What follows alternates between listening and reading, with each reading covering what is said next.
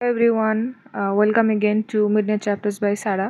আমি সারা বা দেবপ্রিয়া। তো আজকে আমি যেটা সকালবেলা বলেছিলাম যে আমি প্রায় 3 দিন পরে অনেকটা গ্যাপ হয়ে গেছিলো, তো তারপরে আমি আজকে একটু ব্যস্ত ছিলাম। আমি কদিন ভিডিও একটু রেগুলার কয়েকদিন আসবে, তারপর থেকে আবার যেরকম আমি ভিডিও দিতাম রোজ সেরকম আসবে। তো আগে থেকেই আমি বলে দিলাম এটা। তো যেটা বলেছিলাম সকালে যে বুক রিভিউ নিয়ে আমি আজকে আসবো, তো বুক রিভিউ নিয়ে চলে এসেছি আমি আজকে। আজকের বুক রিভিউটা আমি বলে রাখি, আমার আরেকজন খুব পছন্দের লেখক যার ব্যাপারে আমি সানডে সাসপেন্স থেকে জেনেছি। এবার সানডে সাসপেন্স অনেকেই জানেন আপনারা, তো যারা জানেন না তাদের জন্য বলি, সানডে সাসপেন্স হচ্ছে রেডিও মির্চির দ্বারা প্রেজেন্ট করা একটি একটা স্টোরি টেলিং সিরিজ। তো ভীষণ পপুলার, ভীষণ বিখ্যাত সমস্ত গল্প ওনারা প্রেজেন্ট করে। তো সেখানে অভীক সরকার বলে একজন লেখক আছেন, ওনার লেখা ভোগ গল্পটা ভীষণই পপুলার, এবং পপুলার ফর এ রিজন। ভীষণ একটা তন্ত্রমন্ত্র হোক, সেটা সুপার ন্যাচারাল জিনিস হোক, আমরা ভূত প্রেত নিয়ে সকলেই জানি, চর্চা করি, এবং ভীষণ একটা ইন্টারেস্টিং টপিক। সেটা শুধু বাচ্চাদের জন্য এমনটা নয়। তো সেই অভীক সরকারের ভোগ থেকে আমার ওনার প্রতি ফ্যাসিনেশন, ওনার লেখার প্রতি ফ্যাসিনেশন জন্মায়। তো ওনার দুটো বই আমি কিনেছি, তার মধ্যে আজকে যে বইটা রিভিউ করব সেটা হচ্ছে খোড়া ভৈরবীর মাঠ। তো এবার অভীক সরকারের লেখা গল্প বেশিরভাগ ক্ষেত্রেই তন্ত্রমন্ত্র নিয়ে, বিভিন্ন ধরনের আমাদের যে লোককথার কিছু দেবী যারা কিনা হয়তো খুব পপুলার নয়, যেসব দেবদেবীদের কথা আমরা হয়তো ভীষণ যে আমাদের জানা এমনটা, আমরা যেমন মা কালী, মা দুর্গা, শিব, বিষ্ণু, কৃষ্ণ, গণেশ, এসব ঠাকুর দেবতাদের নিয়ে আমরা জানি যে শিব ঠাকুরের পুজো কেন হয়, মা দুর্গা বছরে একবার আসেন, তার পূজার উপাচার, তার পুজোর নিয়ম কানুন, অষ্টমীতে সন্ধি পুজো হয়, অষ্টমী নবমী সন্ধিক্ষণে সন্ধি পুজো হয়, এসব আমরা জানি। কিন্তু আরও এমন অনেক দেবদেবী আমাদের লোককথায় প্রচলিত, এবং আমাদের অনেক আনকমন কিছু দেবদেবী যাদের ব্যাপারে আমরা জানি না, কিন্তু তাদের মহিমা, তাদের পাওয়ার, বা তাদের যে সুপার ন্যাচারাল কিছু অ্যাসপেক্ট, সেগুলো নিয়ে আমরা অনেকে অবগত নই। কিন্তু সেগুলো যে কতটা জানা প্রয়োজন, বা আমাদের যে আমাদের যে ফোকস, সমস্ত আমাদের যে লোক কালচার, সেগুলো নিয়ে যে লেখা, সেসব নিয়ে উনি বেশিরভাগ সময় লিখে থাকেন। ওনার গল্পর মেন টপিক কী হয় বেশিরভাগ ক্ষেত্রে, যেগুলো আমার পড়া, সেটা হচ্ছে যে সেসব লোককথায় প্রচলিত দেবদেবীরা। তো যাই হোক, আমি আর বেশি কথা বাড়াচ্ছি না, without any further delay let's start our review. সবার আগে আমি একটু বইটা দেখাই।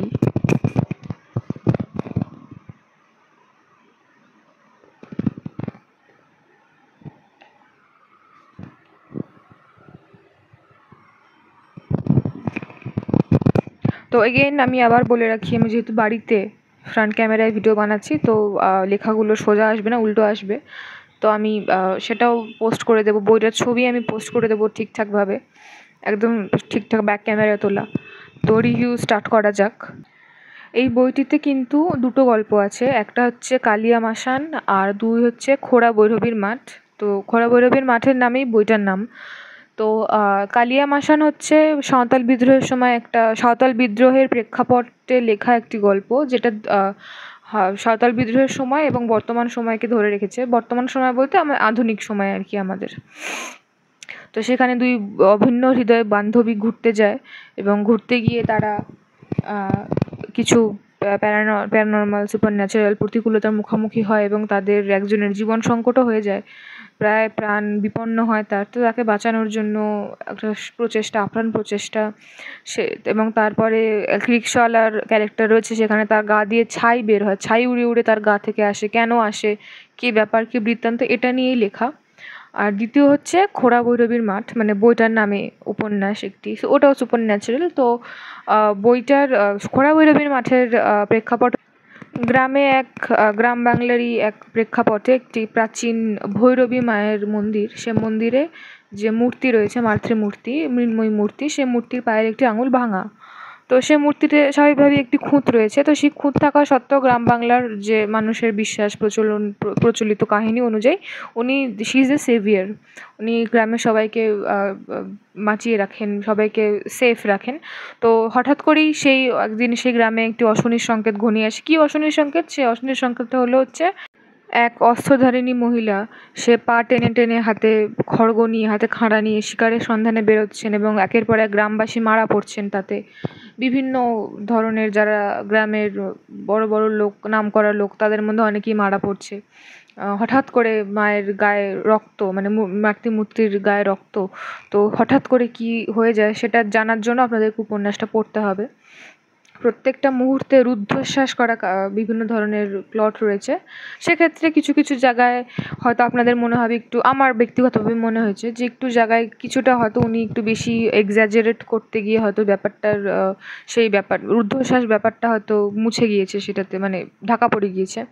বা কোনো কোনো জায়গায় আমার এটাও মনে হচ্ছে যে উনি একটু বেশি গল্পটাকে, মানে গল্পটা যেন গতি নিচ্ছে না কোথাও গিয়ে, কাহিনীটা, মানে আমি খোঁড়া ভৈরবীর মাঠের কথা বলছি, যে কোথাও গিয়ে আমার মনে হয়েছে যে কাহিনী গতিপ্রাপ্ত হচ্ছে না।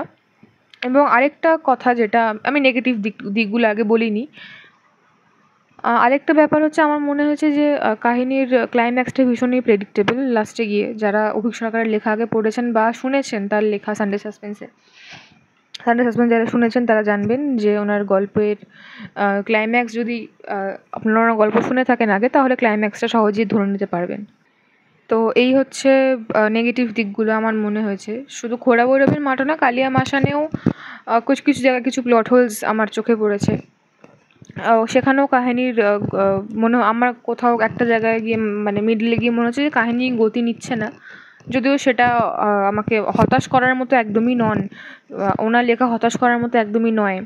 কিছু কিছু জায়গায় একটু আমার এটা ব্যক্তিগতভাবে মনে হয়েছে অ্যাজ এ রিডার, আমি বলছি না যে সবার মনে হবে বা কিছু, তো এটা আমার মনে হয়েছে। এবার আসি পজিটিভ দিকে।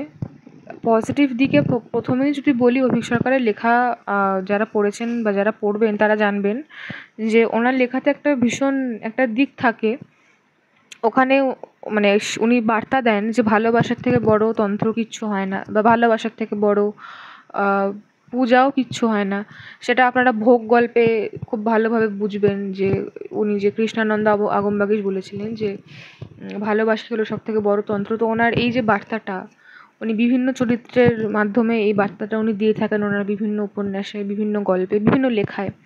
তো এখানেও সেটা স্পষ্ট যে মানুষের প্রতি মানুষের যে একটা মানবিকতা বা ভালোবাসা, সেটাই সব থেকে বড় তন্ত্র।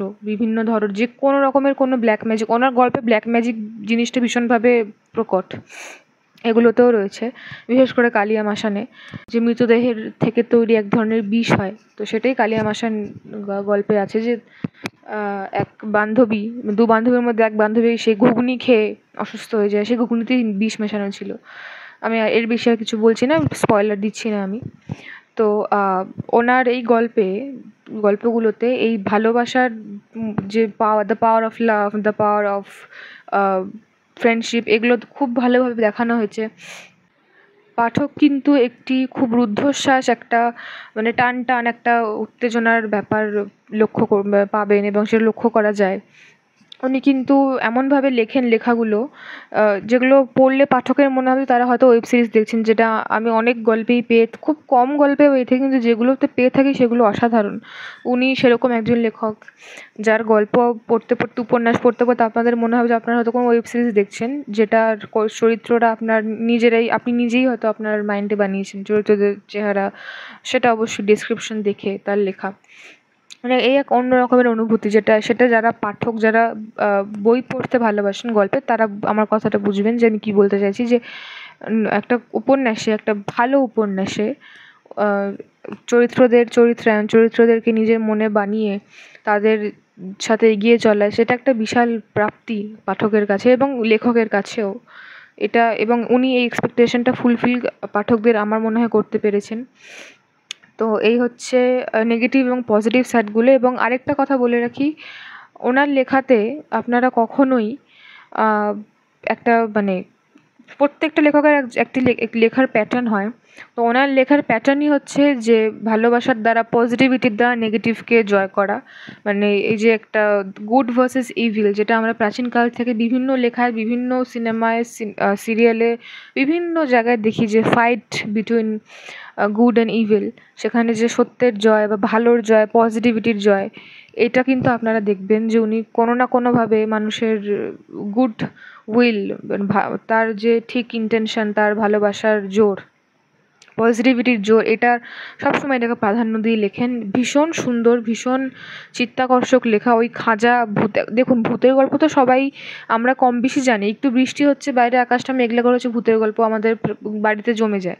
কিন্তু সেই মানে সেই চিরাচরিত স্টিরিওটিপিক্যাল ভূতের গল্প, যেটাতে কিনা ওই ভূত আসলো, ঘাড় মটকে দিল, রক্ত খেয়ে নিল, ওরকম খাঁজা ভূতের গল্প কিন্তু এগুলো নয়। এগুলো সুপার ন্যাচারাল। এগুলোতেও ভূত, প্রেত, পিশাচ, এসব ব্ল্যাক ম্যাজিক, এসব ডার্ক জিনিসপত্র রয়েছে, কিন্তু সেগুলো ভীষণ ম্যাচিওর হতে, সেগুলো ভীষণ খুব মানে দেখেই বোঝা যায়, পড়েই বোঝা যায় ভীষণ রিসার্চ করে লেখা। উনি ভাবে একটা মাথায় আসলে লিখে দিলেন এমনভাবে লেখেন না, ওনার লেখা পড়ে মনেও হয় না। আর এই হচ্ছে ওভারঅল আমার রিভিউ। পজিটিভ এবং নেগেটিভ সাইডগুলো ভীষণ সুন্দর, এবং আমি অ্যাজ এ রিডার এই বইটা পড়ে ভীষণ আমি এনজয় করেছি। দুটো উপন্যাসই আমি খুব এনজয় করেছি। তবে আমার বেশি ভালো লেগেছে কালিয়া মাসান, কারণ আমার কালিয়া মাসানের যে ডেসক্রিপশনগুলো, সেই যে সাঁওতাল বিদ্রোহের সময়কালকে ধরে চলা, সেই যে টাইমলাইনটার একটা ডেসক্রিপশন, সেই সময়ের চরিত্রদের কথোপকথন আমার ভীষণ ভালো লেগেছে। এবং সেই যে একটা টান উত্তেজনা সৃষ্টি করা সেই যে সমস্ত প্লট, আমার ভীষণ ভালো লেগেছে। I recommend this book. আমি আরেকবার দেখাই বইটা। This is the book. আর বইটার প্রাইস হচ্ছে 150, 150 টাকা দাম বইটার। তো এই হচ্ছে আমার ওভারঅল রিভিউ। আর ওনার বেশিরভাগ গল্পই, আমি আবারও বলি, আমি সবসময় এটা বলি যে কোনো উপন্যাস, যে কোনো গল্পে লেখকের ডেসক্রিপশন, চরিত্রদেরকে ফুটিয়ে তোলা, মানে একটা মানুষ যখন কোনো উপন্যাস পড়ে, সে কিন্তু কখনোই ওয়েব সিরিজে যেমন আমরা কী করি, ওয়েব সিরিজ দেখি বা আমরা যখন কোনো সিরিজ দেখি, সেখানে আমরা কি হয়, আমাদেরকে হাতের সামনে সব পরিবেশন করে দেওয়া হয়। কি পরিবেশন করে দেওয়া হয়?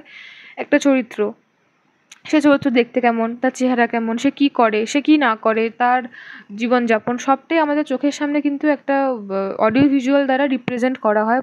আমাদেরকে একদম হাতে তুলে দেওয়া হয় যে না, এই হচ্ছে চরিত্র, এই হচ্ছে তার নাম, এই হচ্ছে তার জামা কাপড়, তার ফ্যামিলি, তার লাইফস্টাইল, সব কিছু আমাদেরকে দেখিয়ে দেওয়া হয়। কিন্তু একজন ঔপন্যাসিক যখন উপন্যাস লেখেন, তিনি কিন্তু অডিও ভিজুয়াল কোনোটাই আমাদেরকে দিতে পারেন না। তিনি খালি তার লেখনীর মাধ্যমে সমস্তটা ফুটিয়ে তোলার চেষ্টা করেন। এবার সেটা কতটা পাঠকের সামনে ক্লিয়ার হবে, সেটা ডিপেন্ড করে কিন্তু সম্পূর্ণ সেই লেখকের ওপর, সেই রাইটারের ওপর। যত স্কিলড রাইটার, তত ভিভিড তার ডেসক্রিপশন।